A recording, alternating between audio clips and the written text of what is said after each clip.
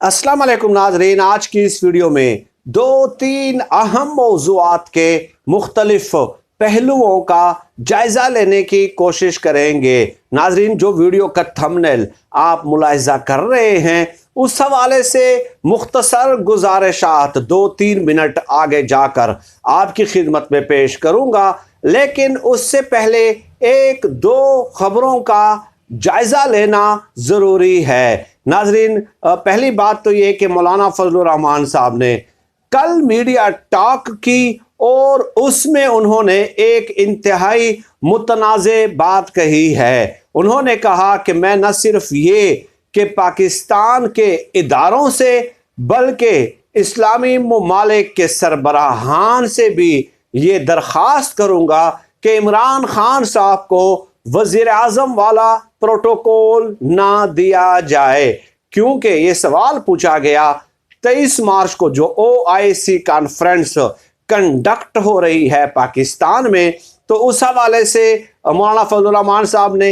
यही जवाब दिया और उसकी वजह बताते हुए मौलाना फजलुर रहमान साहब ने कहा कि चूंकि इमरान खान साहब के खिलाफ तहरीक अदम एतमाद पेश हो रही है जिसके कामयाबी के 100% चांसेस हैं, इसलिए उन्हें वज़ीर आज़म तस्लीम ना किया जाए।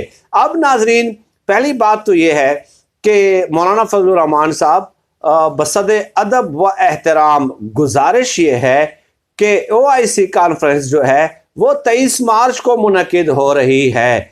आपने तो ये कहा था कि 48 घंटों में गेम इज़ फिनिश, गेम ख़त्म हो जाएगी। तो जब 48 घंटों में अभी तकरीबन मेरे ख्याल में 24 घंटे रह गए हैं, तो अगले आपके बकौल अगले 24 घंटों में अगर इमरान खान साहब ने वज़ीर आज़म रहना ही नहीं है, तो फिर 23 मार्च के हवाले से आप इतनी तकलीफ क्यों उठा रहे हैं? क्यों उठा रहे हैं इतनी तकलीफ? इसका मतलब ये हुआ कि दाल में कुछ काला काला है। आपसे तादाद पूरी नहीं हो रही तहरीक अदम एतमाद के लिए, और अब जो है बात वो चली गई है 23 मार्च से आगे तक। ये तो देखें, जब तक वो वजीर आजम हैं उन्हें प्रोटोकॉल मिलता रहेगा, बिल्कुल मिलता रहेगा। वो पाकिस्तान को रिप्रेजेंट कर रहे हैं भाई, आईनी और कानूनी तौर पे। आपकी तहरीक अदम एतमाद तो 48 घंटों में पेश होनी है, आप हटा देंगे तो आपको ये बात करने की जरूरत भी पेश नहीं आएगी।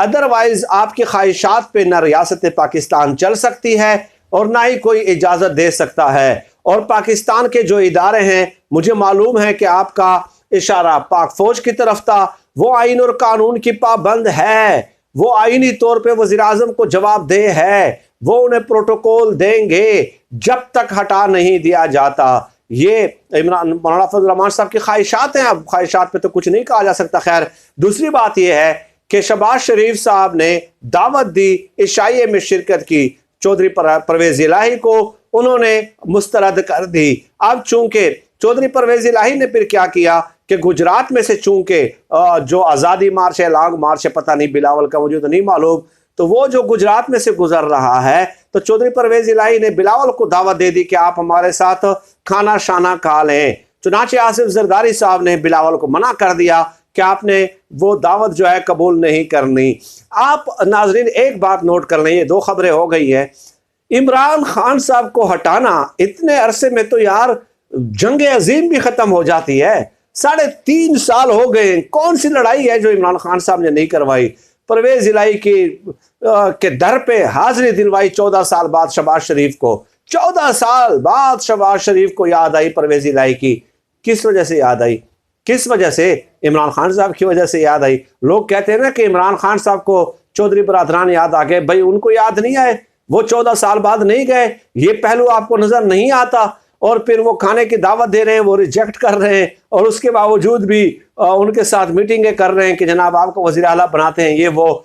तो ये इमरान खान साहब को हटाना इनके लिए मेरे ख्याल में इस सदी का सबसे बड़ा चैलेंज बन गया है। दो बातें तो नाजरीन ये हो गई। अब आ जाते हैं, आसिफ जरदारी साहब ने एक तीर से कई शिकार करने की कोशिश की है।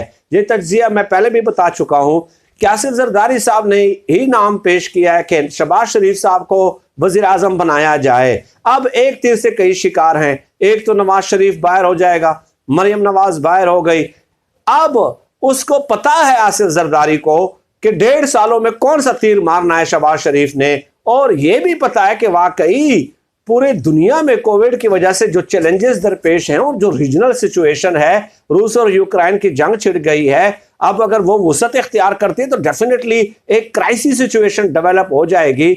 तो आसिफ जरदारी को यह पता है कि 1.5 सालों में बहरहाल शहबाज शरीफ ने मुकम्मल तौर पे फ्लॉप हो जाना है। यानी ये शरीफ खानदान का पूरा ट्रक उल्टा दिया है आसिफ अली जरदारी ने, पूरे का पूरा जो एक ट्रक है वो उल्टा दिया है। वो कैसे कि ये उनकी सियासत खत्म करना चाह रहे हैं। नवाज शरीफ तो ऑलरेडी नाअहल है, मरियम नवाज ऑलरेडी नाअहल है, शहबाज शरीफ नाअहल मतलब है नाअहल वजीर आजम साबित होगा तो यही लोग जलसे जुलूसों में तकारीर करेंगे कि ये लोग भी नाकाम हो गए हैं। ठीक है, तो यही एक प्लान है।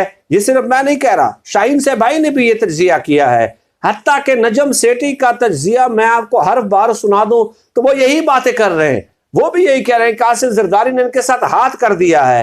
ठीक है, और इन लोगों को समझ ही नहीं आ रही। तो वो नजम सेठी भी यहां तक वो बात कर रहा है और ये तज्जिया मैं 5-6 दिन पहले भी पेश कर चुका हूं। इसके अलावा परवेज इलाही को वज़ीर आला पंजाब बनाने की तजवीज़ भी आसिफ जरदारी साहब की थी और महज इसलिए थी कि हो सकता है कि 2023 के इलेक्शन में परवेज इलाही के साथ वो इंतखाबी इत्तेहाद कर लेंगे और इसके अलावा परवेज इलाही के उनको स्पेस देंगे, पंजाब में स्पेस देंगे, स्पेस। ठीक है, तो नून लीग उन्हें स्पेस देने के लिए तैयार नहीं है। एक तीर से वो कई शिकार करना चाहते हैं, एक तरफ परवेज इलाही को वज़ीर आला बना के ताकि वो 1.5 सालों में कुछ ना कुछ डिलीवर कर ले और पंजाब में इनकी जड़ें जो है वो कमजोर हो जाएं नून लीग की। यानी आप देख लेना, एक तरफ शहबाज शरीफ को वज़ीर आज़म बनाकर ताकि वो निकम्मा नाअहल साबित हो जाए, यहां से भी उनकी कमर तोड़ना चाहते हैं। परवेज इलाही को वज़ीर आला बनाकर वो शरीफ खानदान को पंजाब में कमजोर करना चाहते हैं।